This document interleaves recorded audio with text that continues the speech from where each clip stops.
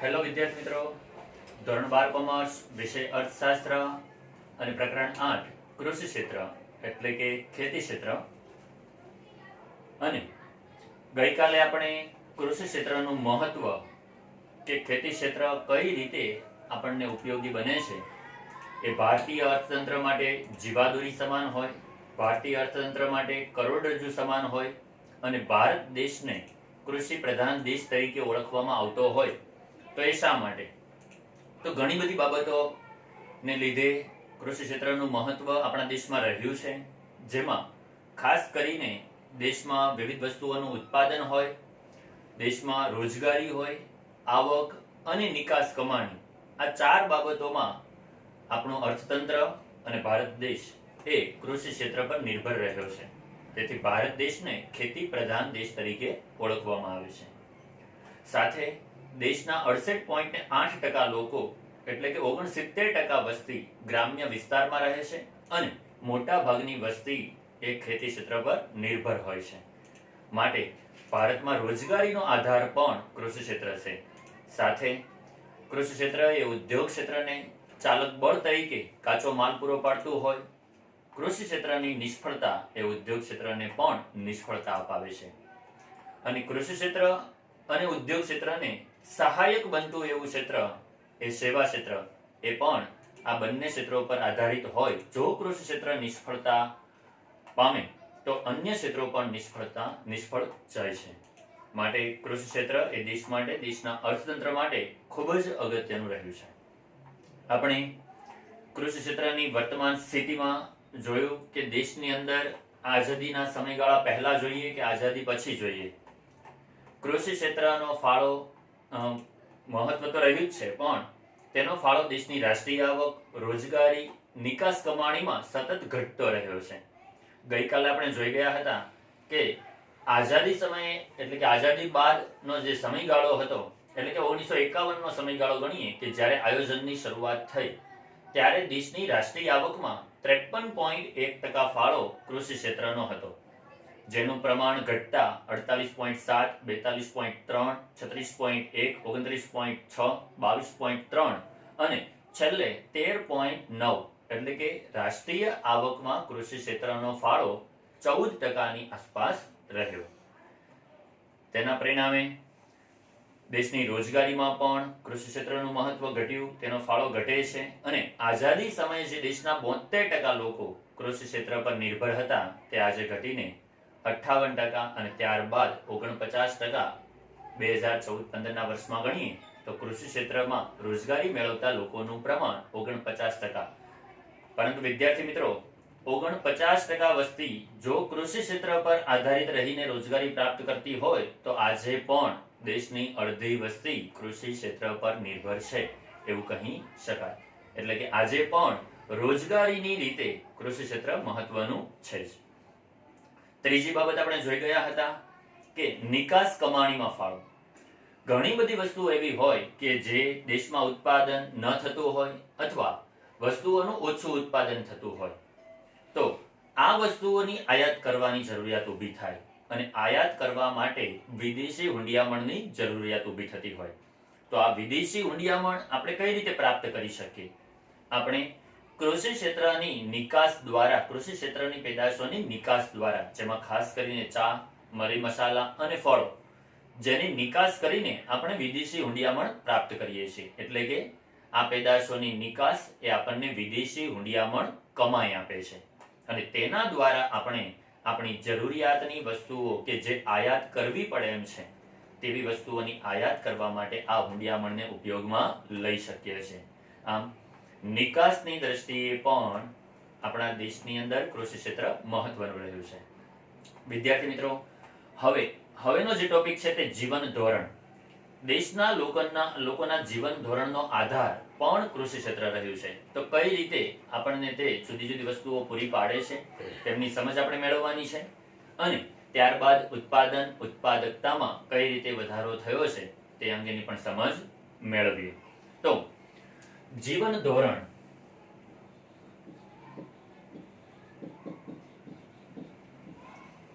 જીવન ધોરણની રીતે જોઈએ તો મુખ્યત્વે બે પાક જેમાં અનાજ અને અનાજેતર, અનાજ અને અનાજેતર, અનાજની અંદર મુખ્યત્વે ધાન્યનો સમાવેશ થાય.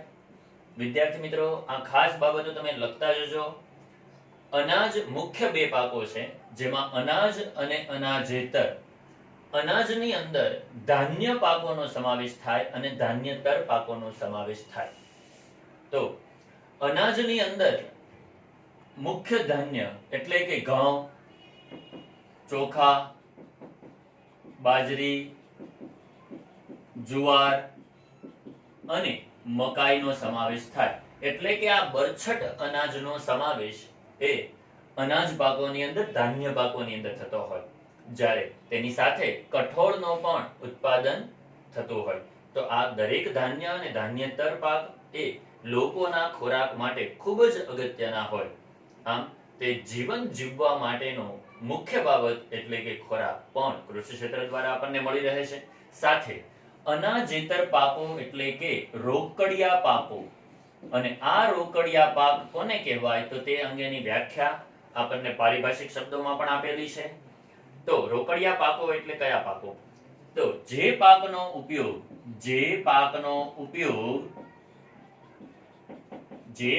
ઉપયોગ ઉદ્યોગોની અંદર કાચા માલ તરીકે થતો હોય. વિદ્યાર્થી મિત્રો, ખાસ આ બાબત યાદ રાખવાની છે. બહુ સરળ જ વ્યાખ્યા છે કે જે પાકનો ઉપયોગ ઉદ્યોગોની અંદર કાચા માલ તરીકે થતો હોય તો તેવા પાકોને રોકડિયા પાકો કહેવાય. અને ઉદ્યોગો માટે તે ચાલક બળ બનતું હોય, કારણ કે ઉદ્યોગોને જરૂરી કાચી માલ સામગ્રી મળી શકશે ત્યારે જ તે એમાંથી અન્ય વસ્તુઓનું ઉત્પાદન કરી શકશે.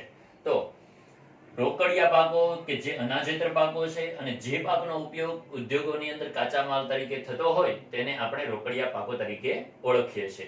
જેની અંદર મુખ્યત્વે રૂ એટલે કે કપાસ, શણ, શેરડી, તમાકુ, તેલીબિયા આ પાકોનો સમાવેશ થાય કે જેના દ્વારા ઉદ્યોગો અન્ય વસ્તુઓનું તેમાંથી ઉત્પાદન કરતા હોય. કે જેમાં તેલીબિયાની અંદર પણ આપણે ઘણા બધા લખી શકીએ, જે આપણે છેલ્લી થિયરીમાં પણ તેની નોંધ ફરીવાર લેવાના છીએ. તેમ છતાં અહીંયા તેલીબિયામાં સરસવ, સોયાબીન, સૂર્યમુખી, મગફળી આ બધા જ પાક એવા છે કે જે તેલીબિયા તરીકે વપરાય છે. તો અનાજ અને અનાજેતર આ પાકના ઉત્પાદન દ્વારા લોકોના જીવનની, ખોરાકની જરૂરિયાતો અને અન્ય જરૂરિયાતો પૂર્ણ થતી હોય. આમ તે લોકોના જીવન ધોરણ માટે ખૂબ જ ઉપયોગી છે. સાથે બીજી રીતે વિચારીએ, જીવન ધોરણમાં બીજી રીતે વિચારીએ તો એ ઉદ્યોગો માટે કાચી માલ સામગ્રી પૂરી પાડે છે. ઉદ્યોગો માટે કાચી માલ સામગ્રી જો પૂરી પાડતા હોય તો ઉદ્યોગો તેમના દ્વારા ઘણી બધી વસ્તુઓનું ઉત્પાદન કરી શકે છે અને તે વસ્તુઓનો ઉપયોગ કરીને આપણે જીવન ધોરણને સારું બનાવી શકીએ છીએ. અને સાથે ગણીએ તો આપણા દેશની અંદર વિવિધ રીતે ખેડૂતો દ્વારા આજના સમયમાં આધુનિક ખેતી શરૂ થઈ છે. વિવિધ ક્ષેત્રે સુધારાઓ આવ્યા છે. સુધારેલા બિયારણ, રાસાયણિક ખાતર, જંતુનાશક દવા, સિંચાઈ અને યંત્રો તેના પરિણામ સ્વરૂપ આજે આપણા દેશના ખેડૂતો એ શાકભાજી, ફળ ફળાદી અને ફૂલની પણ ખેતી કરતા થયા છે. તો તેના દ્વારા પણ લોકોની જરૂરિયાતો સંતોષાય છે. સાથે આપણા દેશની અંદર અનાજનું ઉત્પાદન વધવાને કારણે ભારત દેશના લોકોની માથાદીઠ દૈનિક અન્ન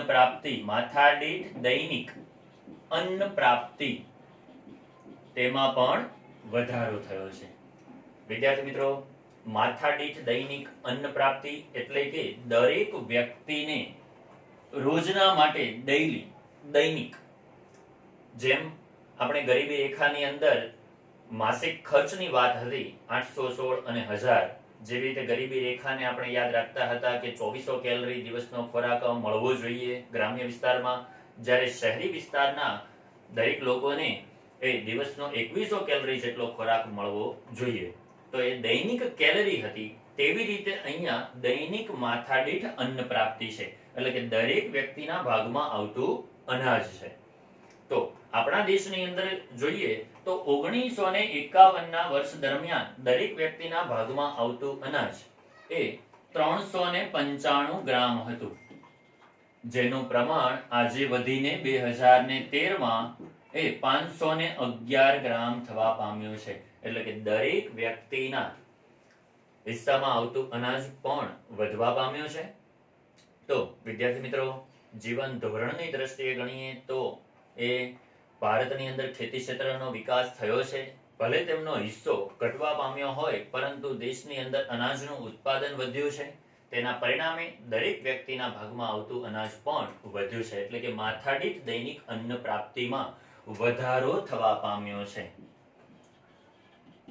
વિદ્યાર્થી મિત્રો, જે મુખ્ય બાબતો મુદ્દાની અંદર આપેલી છે તે પ્રમાણે મુખ્ય બે પાકોનું ઉત્પાદન દેશની અંદર અનાજ અને અનાજેતર, જેમાં અનાજની અંદર મુખ્યત્વે ધાન્ય એટલે કે ઘઉં, ચોખા, બાજરી, જુવાર અને મકાઈ જેવા બરછટ અનાજ કે જેનો ઉપયોગ આપણે મુખ્ય ખોરાક તરીકે કરતા હોઈએ તેનું ઉત્પાદન વધ્યું છે. સાથે અનાજેતર એટલે કે રોકડિયા પાકો, જે પાકનો ઉપયોગ ઉદ્યોગોમાં કાચી માલ સામગ્રી તરીકે થતો હોય તો તેવા પાકનું ઉત્પાદન પણ વધવા પામ્યું છે, જેમાં રૂ, શણ, શેરડી, તમાકુ અને વિવિધ પ્રકારના તેલીબિયાં. ત્યારબાદ ઉદ્યોગો માટે કાચી માલ સામગ્રીની સાથે દેશના ખેડૂતો એ હરિયાળી ક્રાંતિના પરિણામ સ્વરૂપ એટલે કે ખેતી ક્ષેત્ર, કૃષિ ક્ષેત્રમાં આવેલા ધરખમ ફેરફારોને પરિણામે શાકભાજી, ફળફળાદી અને ફૂલનું પણ મોટા પાયે ઉત્પાદન કરતા થયા છે. આમ કૃષિ ક્ષેત્રના ઉત્પાદન અને ઉત્પાદકતા, વિદ્યાર્થી મિત્રો તમને ખ્યાલ છે, ઉત્પાદકતા એટલે કે હેક્ટર દીઠ ઉત્પાદન, અને સાથે એમ પણ કહી શકાય કે હેક્ટર દીઠ જમીનમાંથી ખેતી ક્ષેત્ર દ્વારા થતી આવક, તેને પણ આપણે ઉત્પાદકતા કહી શકીએ. તો આ ખેતી ક્ષેત્રમાં આવેલા સુધારાઓનું પરિણામ ગણી શકાય. અને સાથે આપણા દેશની અંદર અનાજના ઉત્પાદનમાં વધારો થવાને કારણે અનાજના ઉત્પાદન અને ઉત્પાદકતામાં વધારો થવાને કારણે દરેક વ્યક્તિના હિસ્સામાં આવતું અનાજ પણ વધવા પામ્યું છે. 1951ના વર્ષ દરમિયાન આપણા દેશની અંદર દરેક વ્યક્તિના ભાગમાં આવતું અનાજ 395 ગ્રામ હતું, જે આજે વધીને 511 ગ્રામ થવા પામ્યું છે. એટલે કે દરેક વ્યક્તિના ભાગમાં આવતું અનાજ એટલે કે અન્ન પ્રાપ્તિમાં પણ વધારો થયો છે, જે કૃષિ ક્ષેત્રમાં આવેલા સુધારાઓનું પરિણામ ગણી શકાય. તો આ મુખ્ય બાબતોને તમારી ટેક્સ્ટ બુકમાં અંડરલાઈન કરશો.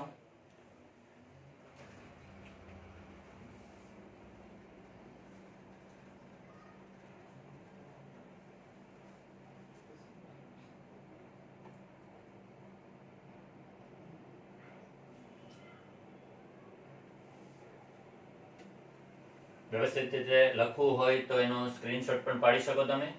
અને આ ખાસ આ મુદ્દાની અગત્યની બાબતો છે જેમની નોંધ લેવાની રહેશે. અને એક ગુણના પ્રશ્નો પણ આની અંદરથી પૂછાઈ શકે. તો છેલ્લો આંકડો એ દૈનિક અન્ન પ્રાપ્તિનો છે, જે તમારે ખાસ યાદ રાખવાનો છે. સાથે રોકડિયા પાકોની વ્યાખ્યા પણ અહીંયા આપેલી છે, જે તમારા પારિભાષિક શબ્દોની અંદર પણ આપવામાં આવેલી છે. તો ત્યાં પણ ખાસ જોઈ લેવું. હવે આપણે પાંચમો ટોપિક એટલે કે કૃષિ ઉત્પાદનમાં વૃદ્ધિ. કૃષિના ઉત્પાદનમાં કેટલો વધારો થયો? હવે કૃષિનું ઉત્પાદન કઈ રીતે વધી શકે? કૃષિના ઉત્પાદનમાં વધારો થવા માટે મુખ્ય બે પરિબળો જવાબદાર હોય. તો કે ખેડાણ લાયક એટલે કે ખેતી માટેની જમીનમાં, ખેતીની જમીનમાં જમીનના પ્રમાણમાં જો વધારો થાય તો પણ અનાજનું ઉત્પાદન, કૃષિનું ઉત્પાદન વધી શકે. સાથે કૃષિ ક્ષેત્રમાં આવતા સુધારાને પરિણામ સ્વરૂપ ઉત્પાદન અને ઉત્પાદકતામાં વધારો થઈ શકે. વિદ્યાર્થી મિત્રો, કૃષિનું ઉત્પાદન વધવા માટે બે પરિબળો જવાબદાર હોય. એક તો કૃષિની ખેતી લાયક જમીનમાં વધારો થાય. હવે જમીનનું પ્રમાણ સ્થિર છે, પરંતુ ઘણી વખત પડતર જમીન હોય તેને નવસાધ્ય કરવામાં આવે, તેમાં સુધારાઓ લાવવામાં આવે, અને આ પડતર જમીનને ઉપજાઉ બનાવવામાં આવે એટલે કે નવસાધ્ય કરવામાં આવે, ત્યારે તેનો ઉપયોગ થઈ શકે અને આપણે ઉત્પાદન વધારી શકીએ.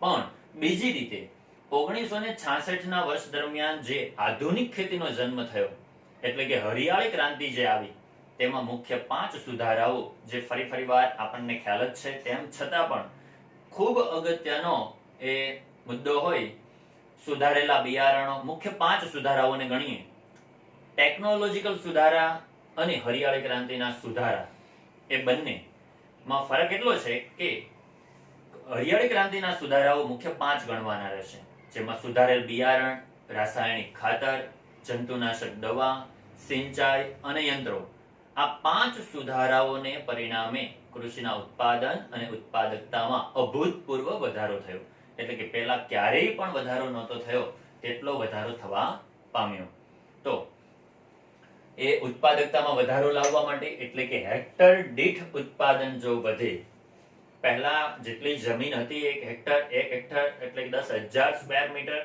અને એમાં એક હેક્ટરમાં જેટલું ઉત્પાદન થાય એના પ્રમાણમાં જો વધારો થાય તો એ કૃષિ સુધારાઓનું પરિણામ ગણી શકાય આમ બે રીતે આપણે કૃષિનું ઉત્પાદન વધારી શકીએ જમીનમાં વધારો કરીને અને બીજું સુધારાઓ લાવીને આપણે કૃષિનું ઉત્પાદન વધારી શકીએ તો આપણે જોઈએ કોષ્ટક આપેલું છે પાના નંબર 96 ઉપર તો એમાં જણાવેલ છે કે અનાજનું ઉત્પાદન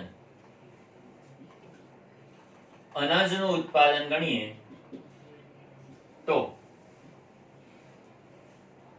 1950-51 માં 51 મેટ્રિક ટન હતું 1950-51 ના વર્ષ દરમિયાન 51 મેટ્રિક ટન હતું 51 મેટ્રિક ટન તો 1 ટન બરાબર 1000 કિલો ની આપણે ગણતરી કરીએ તો 51 મેટ્રિક ટનનું ઉત્પાદન હતું જેનું પ્રમાણ વધીને 264.4 મેટ્રિક ટન થવા પામ્યું એ વર્ષ આપણને આપેલું છે 2013-14 ના વર્ષ દરમિયાન એ ઉત્પાદન 264.4 મેટ્રિક ટન થવા પામ્યું સાથે કઠોળનું ઉત્પાદન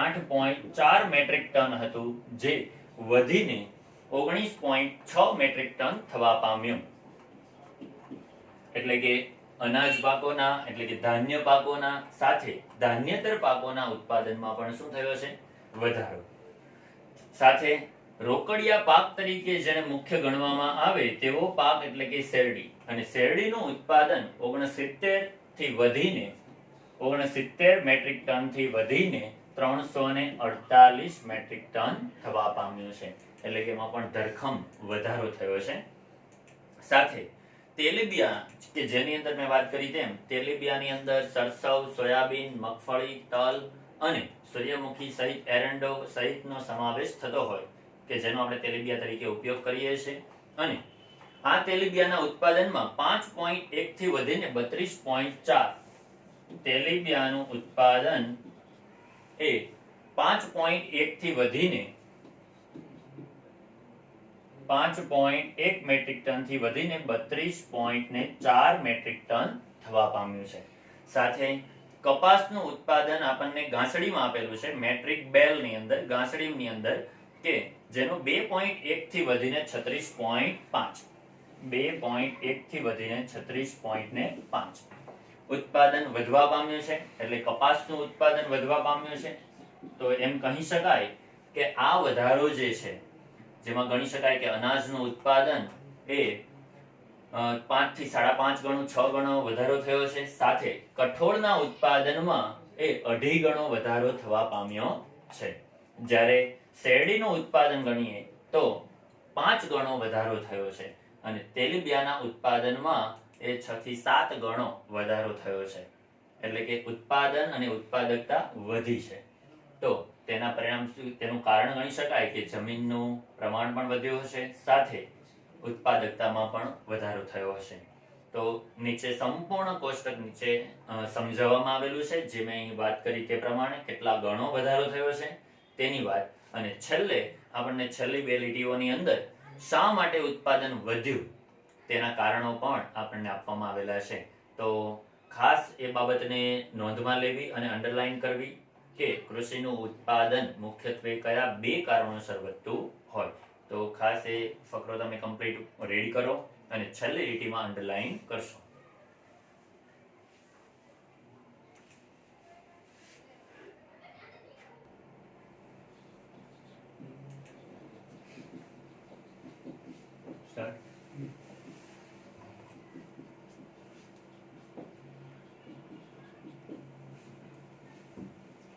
વિદ્યાર્થી મિત્રો, છેલ્લો ટોપિક વર્તમાન સ્થિતિની અંદર કે જેમાં ઔદ્યોગિક વિકાસનો પાયો.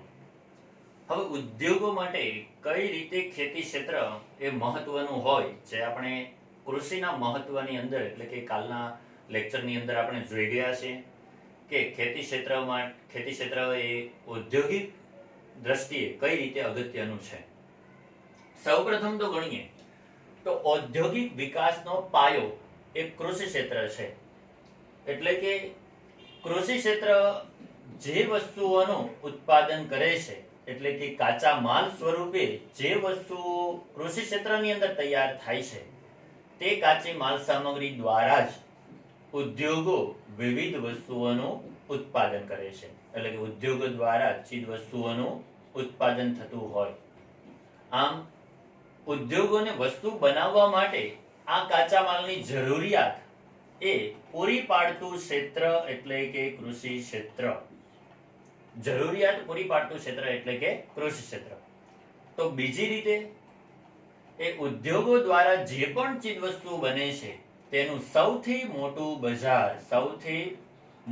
બજાર એ ગ્રામ્ય વિસ્તારને ગણી શકાય. કૃષિ ક્ષેત્ર જ્યાં વધારે છે તે ગ્રામ્ય વિસ્તાર એ સૌથી મોટું બજાર ગણાય.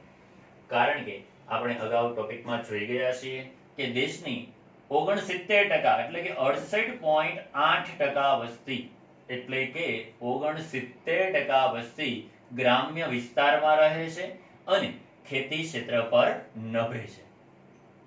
એટલે કે આ ચીજ વસ્તુઓ જે બનાવવામાં આવે છે, ઔદ્યોગિક વસ્તુઓ, તેનું સૌથી મોટા ઉપભોક્તા ગણવા હોય તો એ ગ્રામ્ય વિસ્તારમાં રહેલા ખેડૂતો છે. ઉપભોક્તા એ ગ્રામ્ય વિસ્તારના ખેડૂતો છે. એટલે કે ઉદ્યોગોને બે રીતે ખૂબ જ અગત્યનું ગણવામાં આવે તો કૃષિ ક્ષેત્ર છે. કારણ કે કાચો માલ પણ પૂરો પાડે છે અને તેમના માટે ચાલક બળ પણ પૂરું પાડે છે અને તેમની વસ્તુઓનું સૌથી વધારે વેચાણ પણ ગ્રામ્ય વિસ્તારમાં ખેતી ક્ષેત્રને આધારે જ થતું હોય. કારણ કે દેશની મોટા ભાગની વસ્તી કૃષિ ક્ષેત્ર પર નિર્ભર હોય, તેમાંથી આવક પ્રાપ્ત કરતી હોય અને એ આવક દ્વારા તે ઉદ્યોગોની વસ્તુઓ એમાં ગણી શકાય કે ટીવી, ફ્રીજ, બાઇક, મોબાઈલ, આ બધી જ વસ્તુઓ એ સૌથી વધારે તેનું વેચાણ ગ્રામ્ય વિસ્તારમાં થતું હોય. શહેરોની અંદર વસ્તી ભલે ગીચતાના સ્વરૂપે વધારે લાગતી હોય, પરંતુ આજે પણ દેશની મોટા ભાગની વસ્તી એ ગ્રામ્ય વિસ્તારમાં અને ખેતી ક્ષેત્ર સાથે સંકળાયેલી છે. અને ઉદ્યોગોને તે બે રીતે ગ્રામ્ય વિસ્તાર એટલે કૃષિ ક્ષેત્ર મહત્વનું થતું હોય. તો આ ઔદ્યોગિક ક્ષેત્રનો વિકાસમાં કૃષિ ક્ષેત્રનો પણ ફાળો છે. હવે વિદ્યાર્થી મિત્રો, નીચી ખેત ઉત્પાદકતાના કારણો આપણે સમજવાના છે. નીચી ખેત ઉત્પાદકતાના કારણો.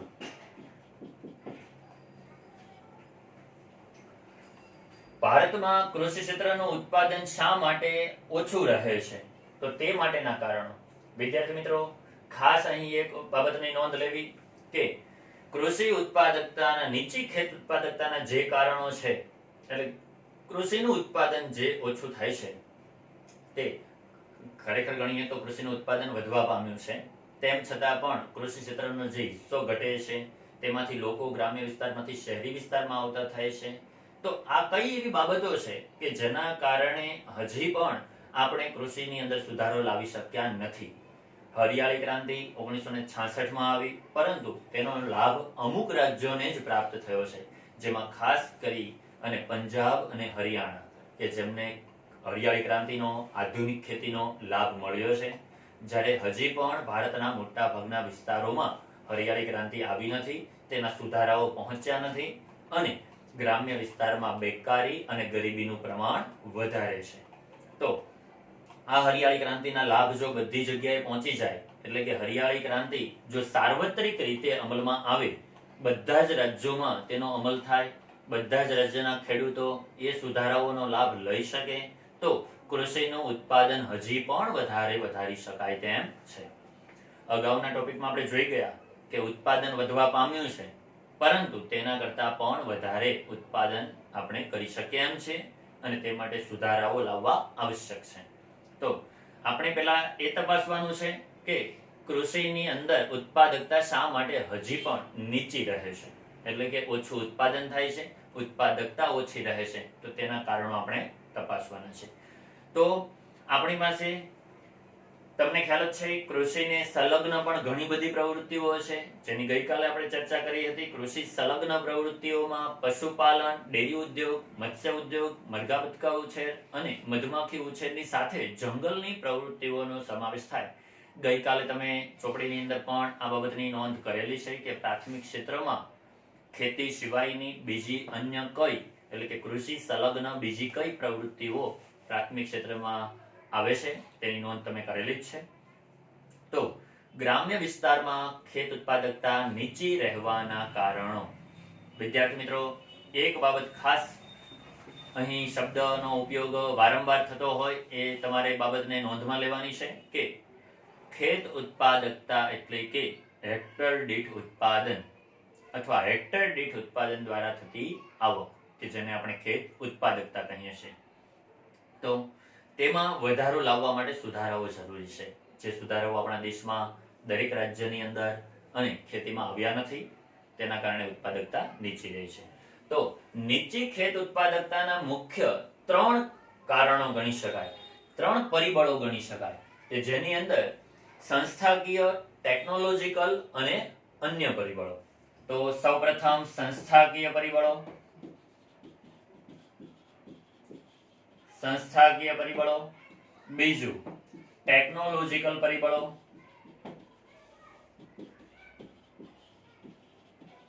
અને ત્રીજું અન્ય પરિબળો.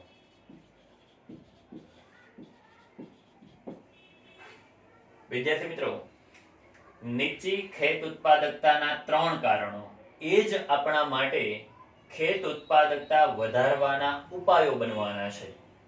એટલે આ જ મુદ્દા, જે મુદ્દાઓની અહીંયા ચર્ચા કરવાની છે એ જ મુદ્દાઓની અંદર સુધારો અને એ મુદ્દાઓનું, એ કારણોનું નિરાકરણ લાવીને આપણા ઉપાયો તૈયાર થવાના છે. તો આ 3 નામ પણ એ જ રહેશે, સંસ્થાકીય, ટેકનોલોજીકલ અને અન્ય.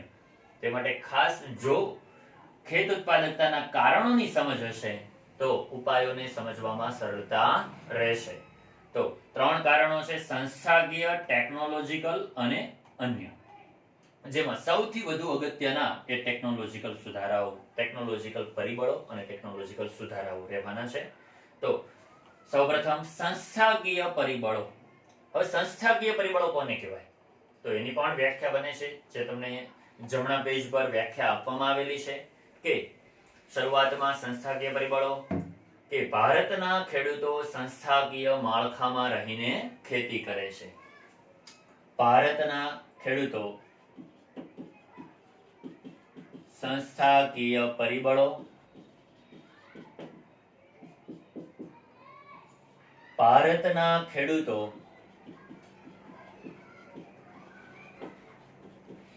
સંસ્થાકીય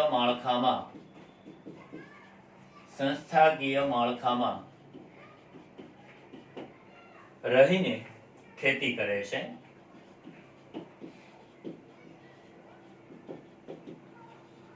તેને અસર કરતા ભૌતિક, સામાજિક, આર્થિક અને કાયદાકીય પરિબળો, તેને આપણે સંસ્થાકીય પરિબળો તરીકે ઓળખી શકીએ. વિદ્યાર્થી મિત્રો, આ 4 બાબતોના આધારે વ્યાખ્યા તૈયાર થતી હોય.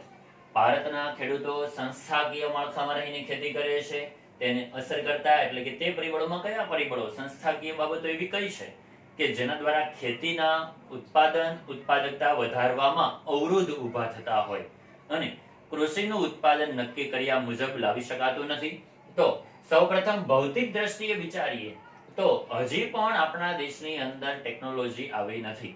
એટલે કે સાધનો, યંત્રો, એને ભૌતિક બાબતોમાં ગણીએ તો વસ્તુકીય બાબતમાં ગણીએ. ભૌતિક એટલે કે દ્રશ્ય, દ્રશ્ય એટલે કે વસ્તુ, જેમાં સુધારાઓ જે આવવાના છે, સુધારેલા બિયારણો હોય, રાસાયણિક ખાતરો હોય, જંતુનાશક દવાઓ હોય, વિવિધ પ્રકારના યંત્રો હોય, યંત્રો દ્વારા પણ ખેતી ક્ષેત્રે ઝડપનું તત્વ ઉમેરી શકાય.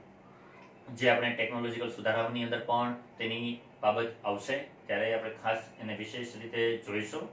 તો ભૌતિક બાબતો તે પણ અસર કરતી હોય, સામાજિક બાબતો તેની અંદર આપણા દેશની અંદર ખેડૂતો પરંપરાગત ખેતી કરતા હોય, જૂનવાણી પદ્ધતિએ, જૂના સાધનો દ્વારા, જૂની પદ્ધતિઓ દ્વારા એ ખેતી કરવામાં આવતી હોય. અને ભારતનો ખેડૂત નસીબ આધારિત પણ ખેતી કરે છે, એટલે કે પારબ્ધવાદી ખેતી કરે છે.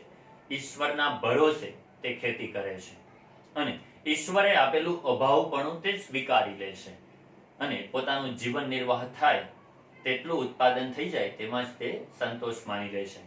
વધારે ઉત્પાદન થાય તેવી કોઈ અભિલાષા, કોઈ અપેક્ષા તેનામાં હોતી નથી કે ઉત્પાદન વધે, તેની આવક વધે, આર્થિક વિકાસ થાય અને તેનું જીવન ધોરણ પણ સુધરે, એવી કોઈ અભિલાષા તેનામાં હોતી નથી. અને તે પોતાની રીતે પરંપરાગત માન્યતાઓ અનુસાર, જૂનવાણી પદ્ધતિઓ અનુસાર તે ખેતી કર્યા કરે છે. તો ભૌતિક બાબતો, ત્યારબાદ સામાજિક બાબતો અને ત્યારબાદ આર્થિક બાબતો કે જેની અંદર ગણી શકાય કે દર વર્ષે પાક લેતા પૂર્વે ભારતના ખેડૂતને નાણાંની જરૂરિયાત ઊભી થતી હોય અને આ નાણાકીય દ્રષ્ટિએ આપણા દેશની અંદર પહેલાના સમયમાં બેંકોનો એટલો બધો વિકાસ થયો નહોતો, ત્યારે આ લોકો અસંગઠિત ક્ષેત્રો પાસેથી ધિરાણ મેળવતા, જેમના વ્યાજના દર પણ ઊંચા હતા. ગ્રામ્ય વિસ્તારમાં જ ખેડૂતોને પાક લેતા પૂર્વે નાણાંની જરૂરિયાત ઊભી થતી હોય, જેમ કે ખાતર લેવા માટે, બિયારણ લેવા માટે અને અન્ય જરૂરિયાતો માટે. તો એમને ત્યારે બેંકો હતી નહીં એટલા બધા પ્રમાણમાં, બેંકોમાં ખાતા નથી, એ આપણે પણ ચોથા પાઠની અંદર જોઈ ગયા છીએ કે ગ્રામ્ય વિસ્તારમાં હજી પણ લોકોએ બેંકમાં ખાતા ખોલાવ્યા નથી.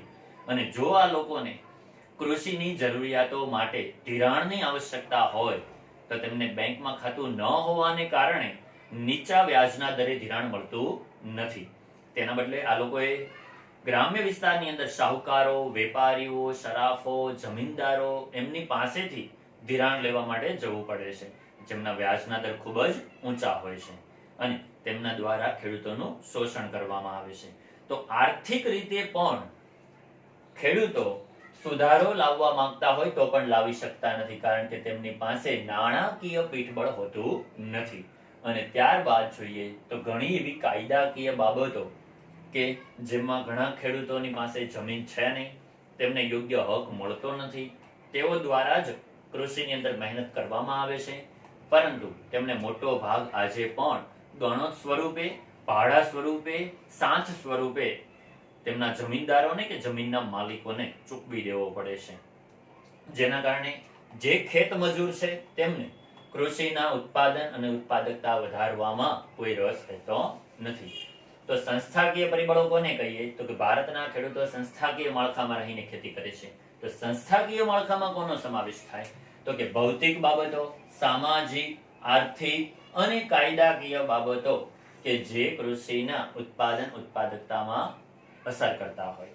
તો આવા પરિબળોને સંસ્થાકીય પરિબળો કહેવાય. તો વિદ્યાર્થી મિત્રો, હવે આપણે એ સંસ્થાકીય પરિબળોની બાબતોમાં પહેલું પરિબળ એટલે કે જમીન મહેસૂલ ઉઘરાવવાની પ્રથા, તેમના વિશેની ટૂંકી સમજ મેળવી અને જમીન મહેસૂલ ઉઘરાવવાની પ્રથા.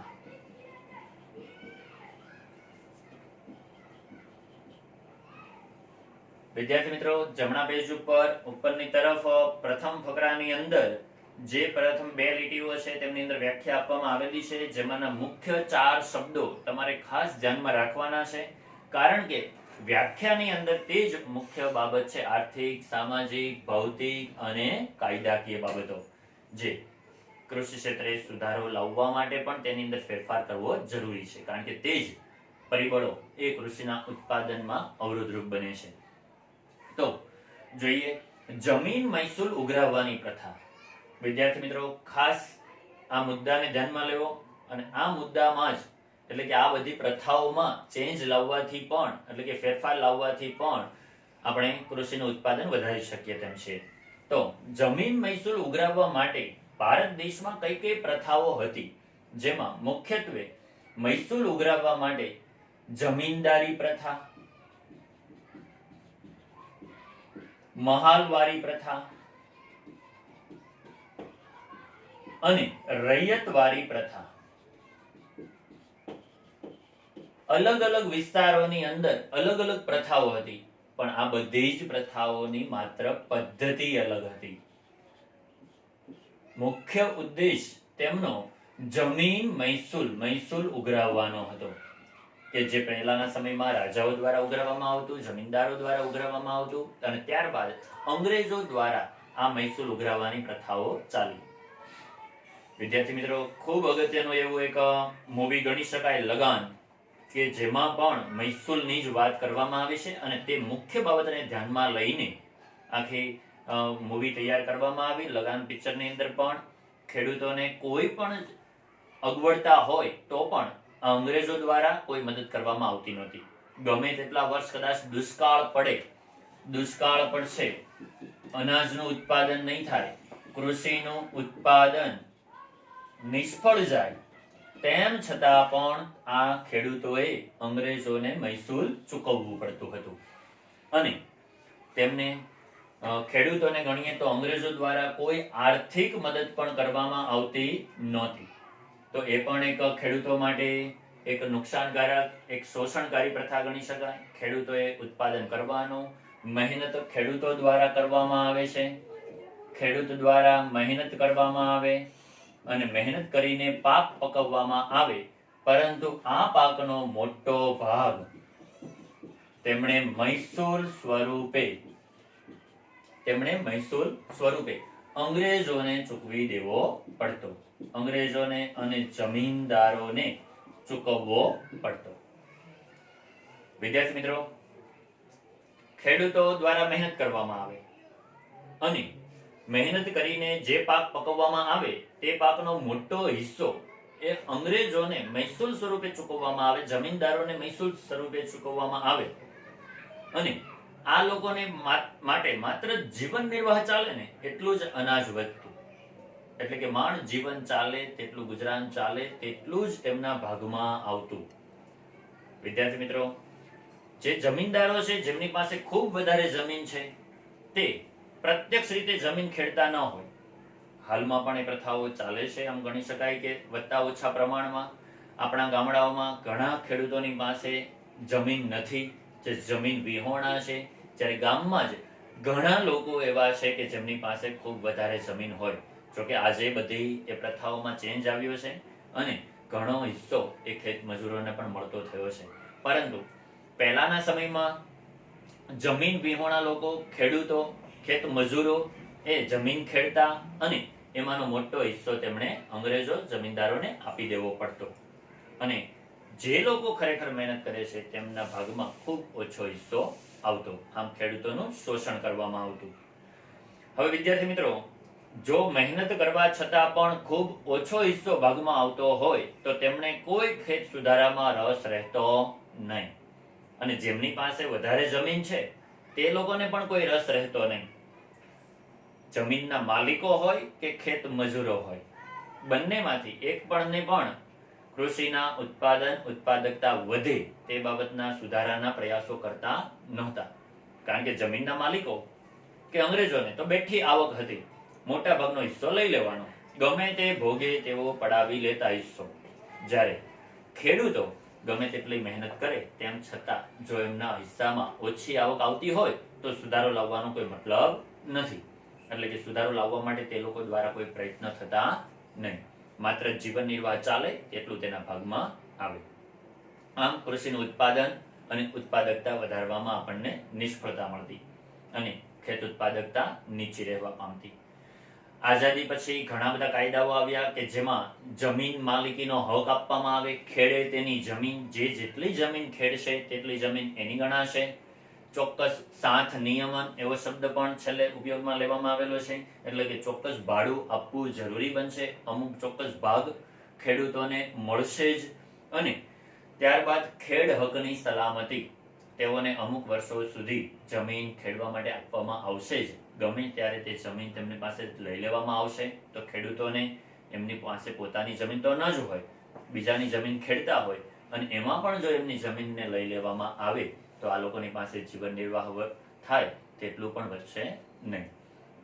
તો વિદ્યાર્થી મિત્રો, આ 3 એવી બાબતો છે, જમીન મહેસૂલ ઉઘરાવવાની પ્રથા છે, જે એક ગુણની અંદર આપણને પૂછાઈ શકે કે જમીન મહેસૂલ ઉઘરાવવાની ભારતમાં કઈ કઈ પ્રથાઓ હતી. તો જમીનદારી, મહલવારી અને રૈયતવારી.